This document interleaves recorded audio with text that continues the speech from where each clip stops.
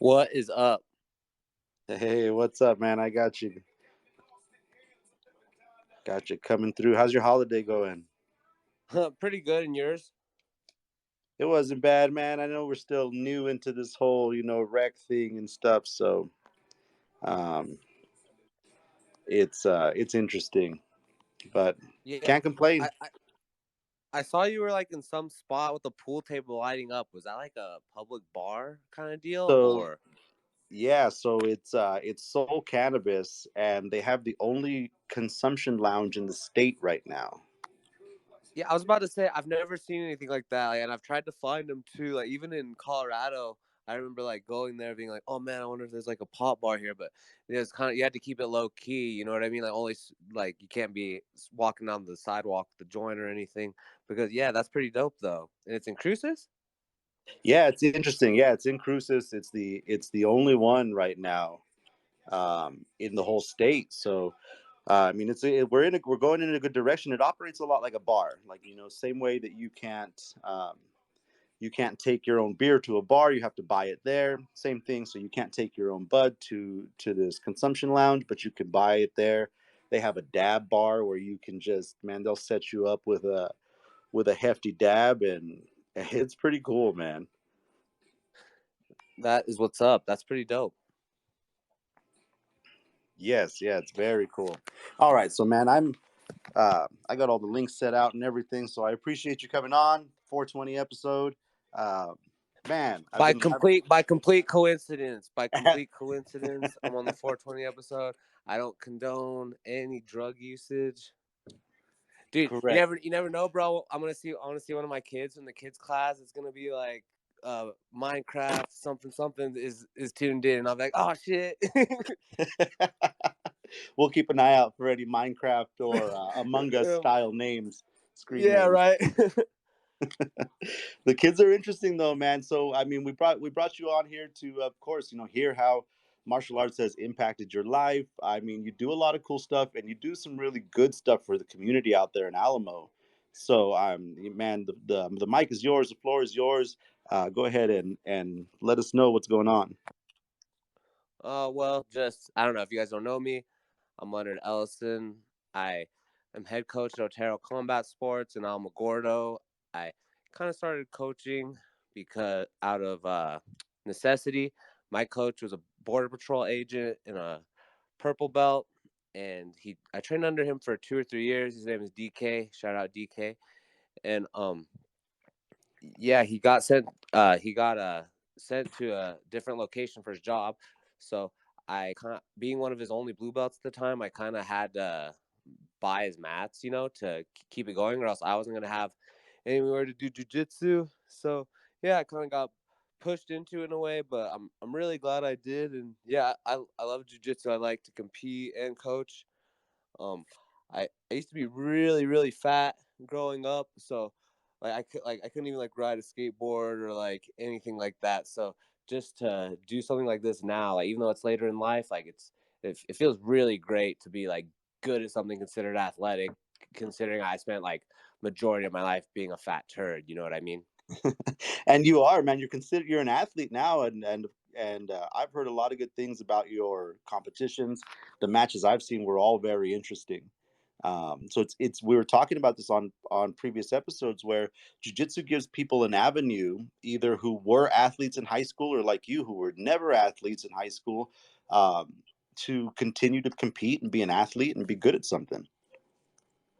Yeah, and I don't know. I was thinking about it the other day how I like considering it's 420 like off subject, but I remember like weights class in school. I would ditch half the time. The other half the time I would show their fucking high, like just to hang out with my friends. You know what I mean? And like, but the coach that did it, Coach Rose, he was super awesome, dude. And like now that I think about it, I was like, damn, I had like a like who had a set curtailed fucking workout for me every day. And like looking back now, I was like, man, what a fool. But like when you know what I mean, you like kick yourself, like realizing like what things are opportunities. But I mean, live and learn right now. Like whenever opportunities present myself, I'm like, oh, don't like miss the fucking good thing again. You know what I mean?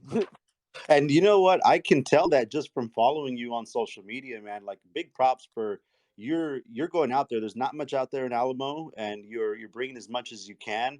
But you're also heading out to Albuquerque. You're driving to El Paso constantly. You're driving down to train with us. I mean, you're all over the place, and you train with some really good people. Yeah, I try to stay really active, because like all credit to my guys. Some of them give me a very hard time, like Dylan and Santana, a couple of my blue belts, and Jake Stetson. They all can they all make me break a sweat. Don't get me wrong, but there's Saxon and Thomas, another guy. You never met Thomas, but he's another purple belt that helps me coach. But they kind of put it on me. But I need to be if I want to get anywhere, I need to be in a room full of dudes that put it on me. You know what I mean? Right. And So I got to make the trip. man, so we have similar stories. It's awesome because we met a long time ago. We met at a Hayashi, if you recall, when I was a white belt. I don't know if you were a white belt at the time. Um, and way back then, I first got into jiu-jitsu and we competed against each other.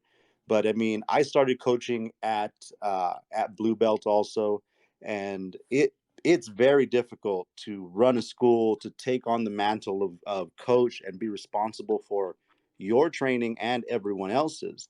Now, I had a huge benefit because Professor Spencer is brilliant, and I didn't have to carry much of that load. But man, you've been doing out there, pretty much solo for a long time. Yeah, and it gets hard. You know what I mean? But I had to do it what I had to do. I also work for my dad for a family business, doing plumbing sort of work.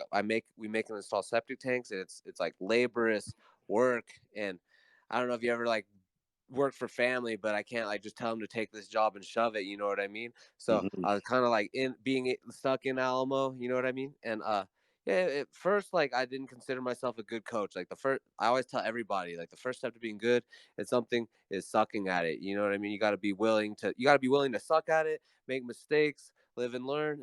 And now, that I've been doing it for a while, I feel like I might even be better coaching than competing, especially kids. I really pride myself on taking my kids to competition and them doing really good. You know what I mean? Because it's I don't know. I feel like you have to understand it and do it on another level to pass it along to a kid. They have their attention spans. Their spans are so short, and they're running a million miles a minute, and they don't like to work hard. So to get them to do something as hard and confusing as jujitsu, it's oh man, I'm onto something. I can get these kids to win. Absolutely, man. I said it the other day. If you can teach kids, you can teach anyone because they're honest. They're going to tell you like it is, and man, you have to keep them engaged. So big, yeah, big props. I've seen your kids. I've seen them compete. I had the privilege of going over there and teaching with you, which was awesome. And you've got a good group over there, man. I can't overstate how important it is what you're doing for the community because there wouldn't be that martial art out there if you weren't on the grind, day in and day out. So I really appreciate that, man. That's awesome. Definitely, and I appreciate you guys. A lot of what I do, I get I draw inspiration. You know what I mean, from not just the guy I study under, Coach Tito, but also from Mondo, Spencer, Coach Chris from 10th Planet, Briggs, uh, and yeah, you just kind of see people that are doing what you want to do and copy them. You know what I mean? Yeah. As far as running a business goes. Yeah. Now you again, so hard is what you're doing. You're coaching and competing, and you're a hell of a competitor. You're actually, I'd be remiss if I didn't mention that you are the first ever Zia Rumble champion, man. That was a hell of a match that you put on, and it was exciting to watch. I appreciate it, man. I didn't want to, yeah, I didn't want to lose for sure, and I had to just push through. Mansur's a really tough dude, and I saw him and Santana trying to rip each other's head off on the other side of the mat. I was like, man, either way, it's gonna be a long day. Either of those guys win. But it was really fun. It was enjoyable, and yeah, hopefully the second one we get a big turnout because that was fun as fuck. That's good, and I appreciate hearing that, man. So, like, just tell us a little bit what it was like, because again, there's not been very many matches like this. You guys really are breaking ground, and we're gonna keep plugging away with this. But I mean, so if for people who don't know, and when we replay this and stuff, it's not just like a one-on-one match. You get luck of the draw where you come out, and there could be any number of people already on the mat or behind you, and you've got to outlast them all, last man standing. um what do you remember, what position you came out in? I got a straight ankle lock, I believe, from like kind of like an Ashi position. No, I mean, what order were you as far as people Oh, I was out? like, I think I was 3 or 4. Okay, so you were in the earlier half of that Yeah, order. And how many matches did you have total? I think 4 or 5. Like, I've slept since then, but like, yeah, I think 4 or 5. That's interesting because the way the match is set up is, you could have one really long match with just one person and neither of you can achieve a sub, or you can have several matches and have to face several different opponents. But when it comes down to the last two, I mean, that's where the money is.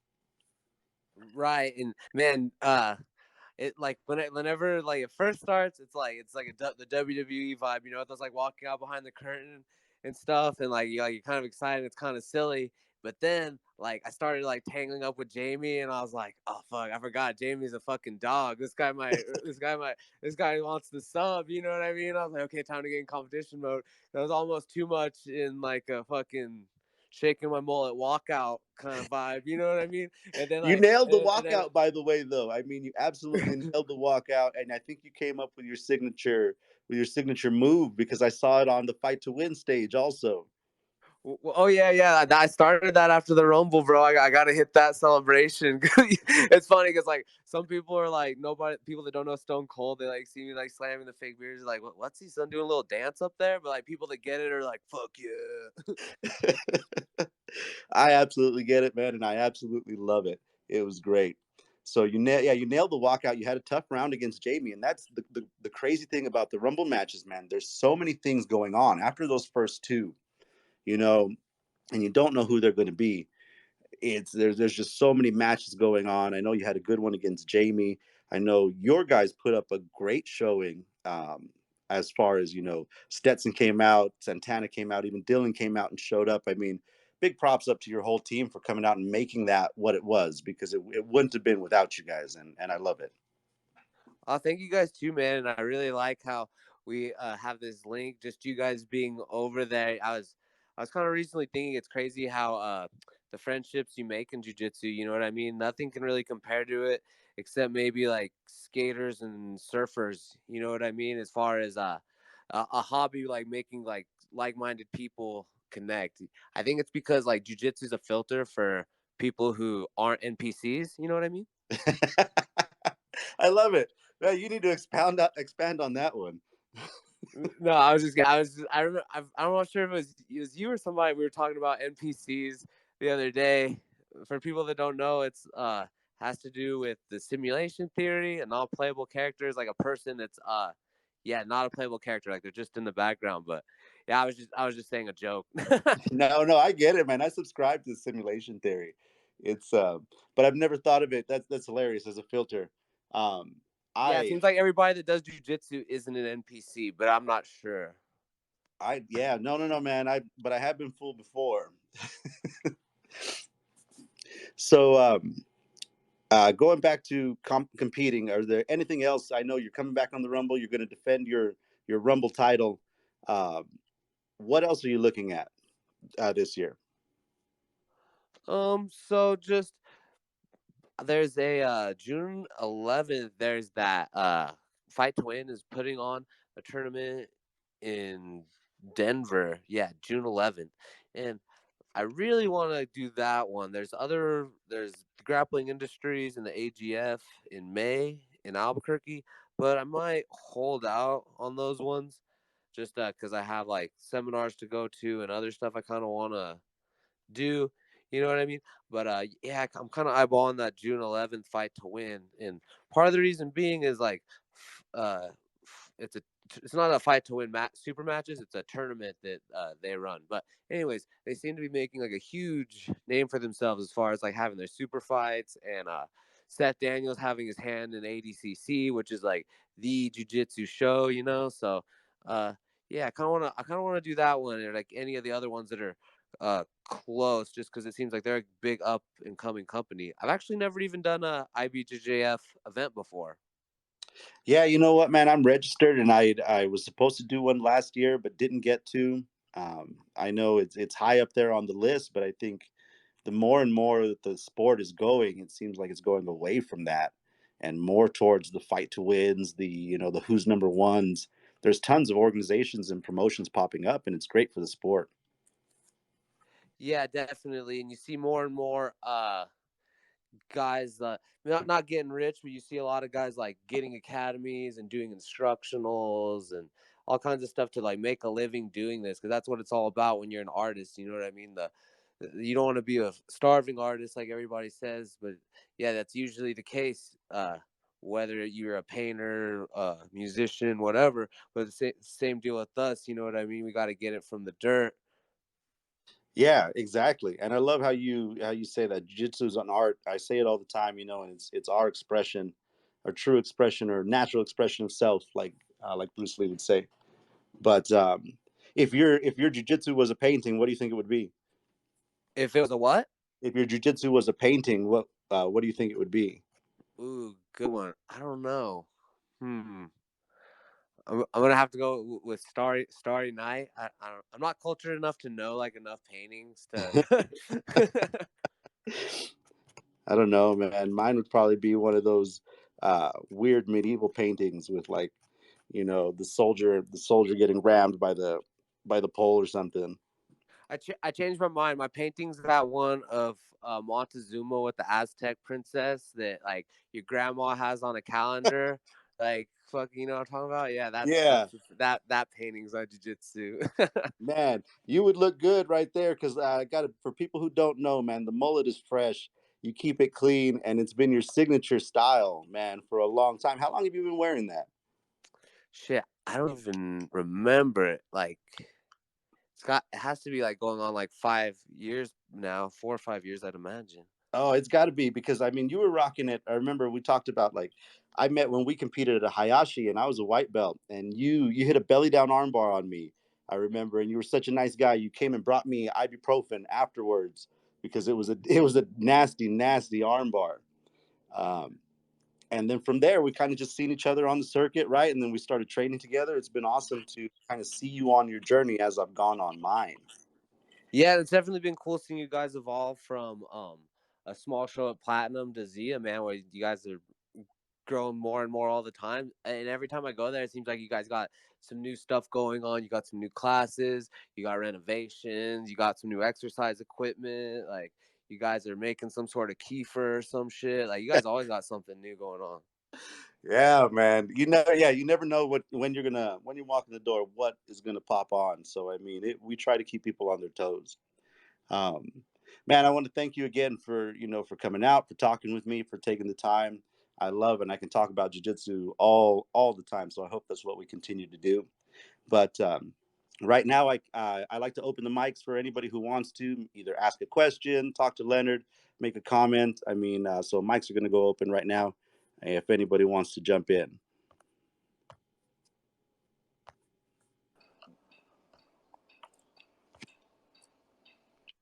Jamie, you Yes, on? sir. Hey, I just want to tell Leonard, I know I've seen you recently. I don't know if I told you this, but when your fight to win up in Albuquerque, I was there stage side for all of them, and your fight up there was probably I'm not going to say probably was the most exciting fight of the night. I really appreciate that. And like I actually had a super match against that guy before, Josh, in and you guys went there recently for the Grapple Fest Yeah, matches that they had. Yeah, and Stetson was in it and got that triangle, and you guys were there, yeah, right? I was out of town. But yeah, I had a match with him at that before, and I couldn't sub him, and I ran into him in an open mat like before the fight to win, and and yeah, like he said that he signed up, and like I told him I put my application in, and like in the back of my head, I was like, oh shit, they're probably gonna run us back again, you know. So I knew it was gonna be a tough match, and like props to him because like it was a dog fight our last one, and it was cool that he took it, you know, because he could have just been like, I'd rather not, you know. But props to him for taking the match and giving me a hell of a fight, and I appreciate the comment. A lot of people shared it similar, which makes me feel good. You know what I mean? Because Oh, sometimes you'll, it was the most entertaining fight of the night, and I was there to see quite a few people that were, you know, good friends of mine, including yourself. And it was, you guys were really well matched, and at the end of the day, you just outworked the guy. You know, you just kept driving, and he ran out of gas, and his will was broken at the end. And I can't remember what the sub you got him with, but it was awesome that it ended with a submission. After it went like a good like 8 minutes. yeah, I finished with the arm and guillotine, and I'm glad I did because I was listening to I watched the replay of it, and I was listening to it with the commentary, and they're like, I don't know who I'd give this to, and there was like a minute left, and they're like, yeah, this is a good exchange. I don't know who they would give it to either. It So was even. yeah, so thank goodness I did get the submission because you don't ever want to like leave it up to the judges if you can, you know what I mean? Yeah, absolutely not. But yeah, once again, it was a great match, and I appreciate having you around. I love training with you, and it's always a fun time rolling with you too. You're a good training partner and very challenging too to deal with. Same to you, man. I appreciate it, and it's good seeing your progression too. There's certainly like I tell a big difference in you just from a year ago to now. Thanks, Like, man. yeah, because I remember you whenever I first met you, you came in you had like a blue Gracie Yeah. Baja gi, and yeah, and like you were decent. Don't get me wrong, but now I roll with you. Like I said, like whenever I was tangling with you at the Rumble, I was like, damn, Jamie, fucking, he's a dog. But yeah, and that Leonard, what's Leonard, up? do you remember what you were telling me about your game plan going into that fight to win match? I can't really recall. What did I tell you? So, and this is just how I recall it, and I've been telling Jackie because I absolutely love it. You were talking about, you know, knowing that this was going to be a tough match with this guy and really expecting just to grind him out, you know, and wear him down, right? Uh, Um, yeah, that was part of my plan to like push the pace the whole time, and the one of the I did make a major mistake of attempting to finish a submission that I never like really finished before, but I knew I could get him to that head and arm judo case of katami, you know. So I was trying to get that Josh Barnett scarf neck crank off of that because I was like, I know I could get him to that position, and like if fucking Dean Lister tapped to it, I could tap this guy to it, but I couldn't pull it off. So yeah, that's my only regret really. I was really happy with the game plan. I made like a little list. I'm a boomer, man. I don't even jot it down on my phone. I had like a little sticky note that's had like 3 or 4 little scribbles like Case Katami into this. Don't give up your back. Like, you know what I mean? Like just little notes to like little highlighted notes to help me along the way. Affirmations, yeah, man, you got to have them. Definitely the battle's won far before it's ever fought, right? Absolutely, and I love when you were talking about how you approach the fight, and I've heard from multiple people that it was a really good fight. What made me laugh is you're always very humble about your style and about your martial arts, but you were like, I'm gonna go in there, and I figured I was gonna go in there and grind him out, wear him down, and you said, because my jujitsu is just okay, but it's okay for a really long time. And I just thought that was absolutely hilarious, man. You're always dropping stuff that's making me laugh. Yeah, it's a defense mechanism because like I don't really like myself, and I assume other people don't like me. So if I can make them laugh like off the bat, I'm like, nice, I got him. No, I'm There you just go. kidding. I'm just kidding. No, that's definitely in one of my top moments, and I have a bunch of them, and just like stuff. There's little lines that you'll drop in passing, or I won't be expecting it, and it'll be hilariously funny. Um, for Naga, I always tell this also. We were coaching at Naga all day long. You remember that in El Paso during the lockdown? Yeah, and that was a hellacious day in itself because of how long that event took. Oh, dude, yeah, like I told you, there's fucking three things inevitable: death, taxes, and your bracket ain't gonna start when it fucking says it's gonna start. Like, it feels like purgatory in those tournaments sometimes, especially when you're competing and coaching, and then it feels like you have like match after match after match after you sat around for 4 hours. Like. And that's exactly, dude. That was so cracked me up, is because we were just going back and forth. We're running, sprinting to some of the matches to coach the students, and midway through, we're passing again, and you told me, you're like, I've accepted the fact that this is purgatory, and we're just going to be here forever coaching matches. Man, especially during the COVID times, because remember at the El Paso Naga, whenever they did it like in small amounts, like one block was now, one block was now, one block was now, and of course I had students in each one, so fuck, bro. Yeah, there was Yeah. no break. Yeah, that was, and man, that again in itself, you're running a successful gym out there in Alamo. You're doing great things for the community, and you guys survived. You survived everything, all the obstacles that were put in front of us these last few years. That's very commendable. Yeah, and it's sad for people that aren't so lucky. Seen a couple. I don't know like exactly where, but I've seen a couple places have to shut down jujitsu gyms and lots of other businesses. It's just it's super crazy the toll the whole thing had, not just businesses but in the economy, but suicides and divorces, man. Like, I can think of a few people just off the top of my head that had like really bad marital problems or a full-blown divorce and like a suicide, like, and that's just like me personally, like one person in a small town. I'm sure everybody can share a similar sentiment, and it's just fucking wild. You never know what's gonna happen. Yeah, and we're really lucky to have a medium, to have this, this stuff to fall back on, this art that we practice. So I consider us very fortunate, because some people don't have that type of outlet. Right. It certainly helps. We all grow up and you get on the hamster wheel of life. Like, go to sleep, like, and stay up, watch a show, go to sleep, go to work, do it again, do it again.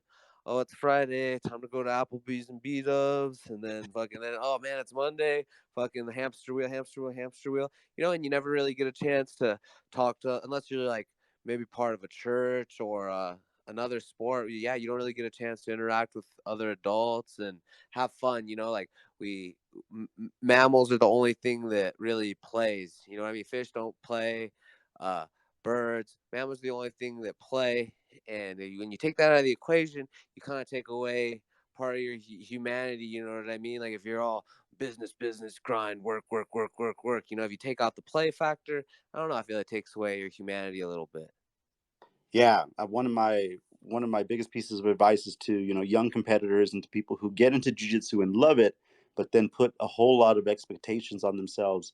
I always tell them, just the bottom line: don't stop having fun. And when you stop having fun, is when you really lose sight of the art, and the self-expression really starts to dim. But as long as you're having fun, the art is beautiful. What it does for people is beautiful. And man, when I see you all over the place, it looks like you're having fun. So I hope you are. Yeah, I'm trying my best. You know what I mean? It gets to be heavy trying to be a higher level competitor and balance coaching the school. You know what I mean? And it gets to a point where, but I think like the art relationship is always like that. You know what I mean? Like, uh, I think it was Ali said he hated every minute of training. But if one day one day you're gonna be champion, so suffer now. Some obviously that wasn't the exact quote, but you get what I'm saying. Yeah. Like, like part of the art is like you're suffering, like you're willing to put into it. You know what I mean? You're willing to take that long drive. You're willing to get like smashed by 3 black belts for an hour because they invited you to an open mat. Like, it's just, I don't know. It's part of this. The suffering is part of like the art. You know what I mean? Like, just as much as the happiness, yin and yang. Yeah. Yeah. Definitely didn't smoke a bunch of weed before this little interview. Just Oh man, is there anybody else? I mean, I think I opened everybody. Anybody else has a question for Leonard?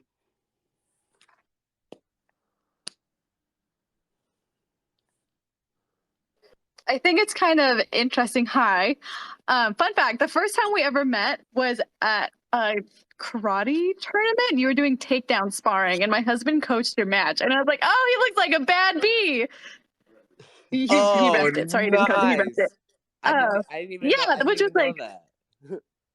yeah, it was like 3 or 4 years ago. It was a long time ago. And I was like, oh my God, that's Leonard. Like, same dude.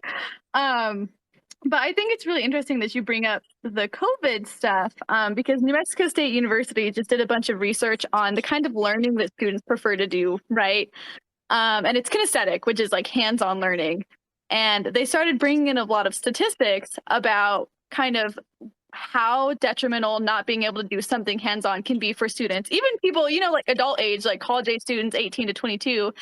So I think jujitsu is such a great outlet to allow that kind of kinesthetic learning to happen. Because it's literally statistically proven to like boost morale and boost like emotional health. So glad you're out there doing that, because it's literally like there's literally stats now that back that up, which is really cool. Fun little fact for you. Yeah, I can definitely see that, and we're already impaired as far as like the screens. Everybody's addicted to their phone, addicted to a show. I am just as much as anybody else, but whenever like that's all you do, and you never like see how your body functions. You know what I mean?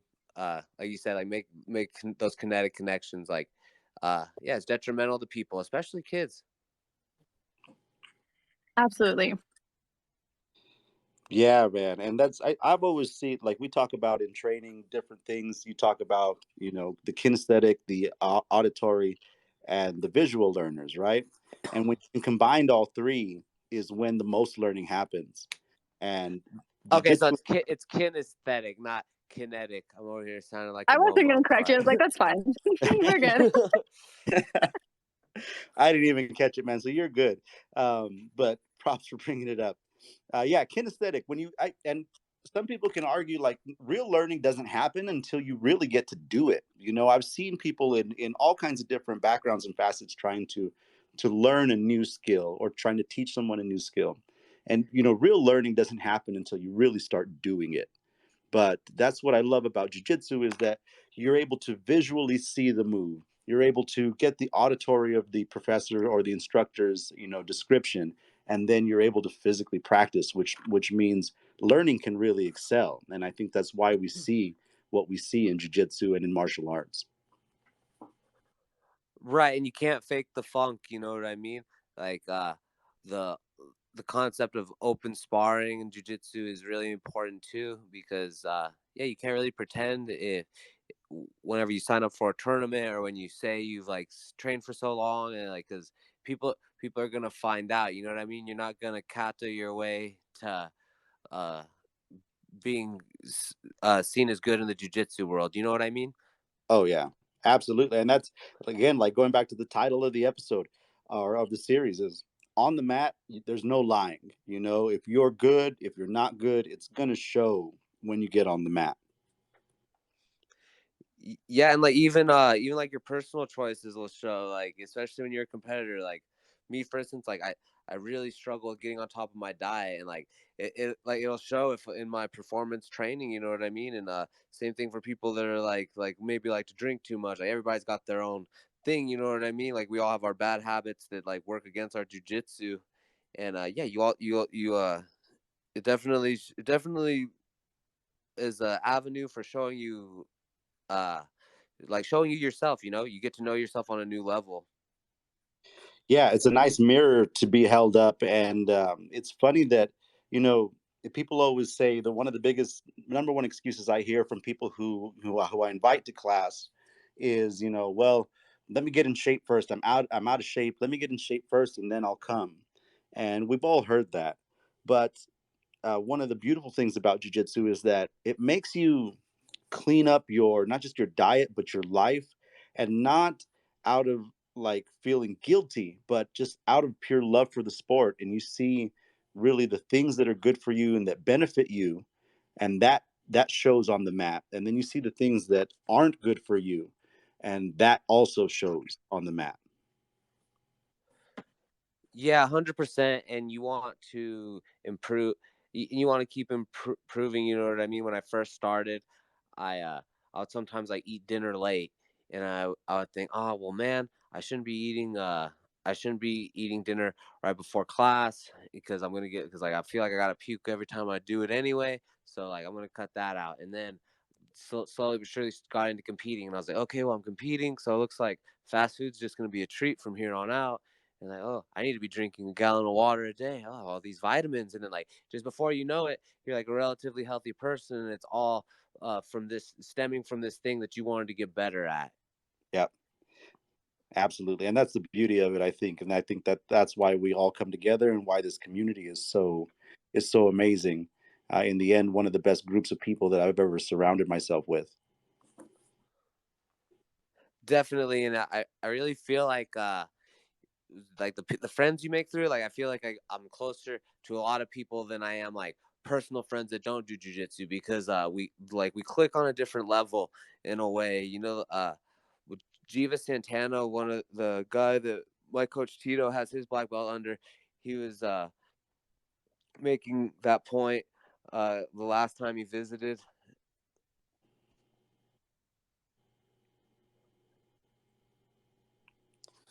Sorry, I was going off on a tangent there. What was I saying before? No, man, you're good. We were talking about.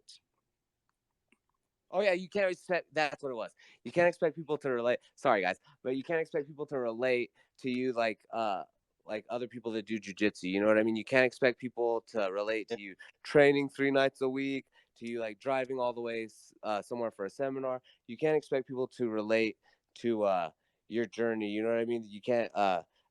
We're like on the inside click, so we can't expect people to understand. Us being into a hobby so deeply.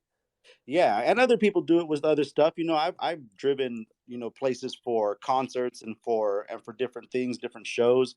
But like you were at the Maya seminar, man, and that was absolutely amazing. I loved it. Driving the 3 hours to Albuquerque and back was well worth it. And I'd rather do that than go to any concert with anybody you can name. Right, and people are always like, "Oh, well, you don't get any money to compete or whatever." It's like, no, but like people, I don't know, people can't. Like I was just saying, you can't expect people to relate to like your sacrifices, and yeah, they're not gonna understand why you show up somewhere and you get your head squeezed on 4 nights a week. You're covered in like 10 different people's sweat, and like you're like limping on the way in the door. Everyone, yeah, you can't expect anyone to relate. And like, yeah, the sooner you can figure that out, the better. And yeah. I love it, man, dude. Thank you so much for stopping by, Leonard. One more time from Otero Combat Sports. I love training with you, man. It's always been a pleasure rolling with you, talking with you, knowing you. Thank you so much for stepping on the mat with me. Definitely, I appreciate you, Mark, and I appreciate you guys tuning into my ramblings. Sorry if you were annoyed or bored or whatever. Maybe we'll do it again soon. Yeah.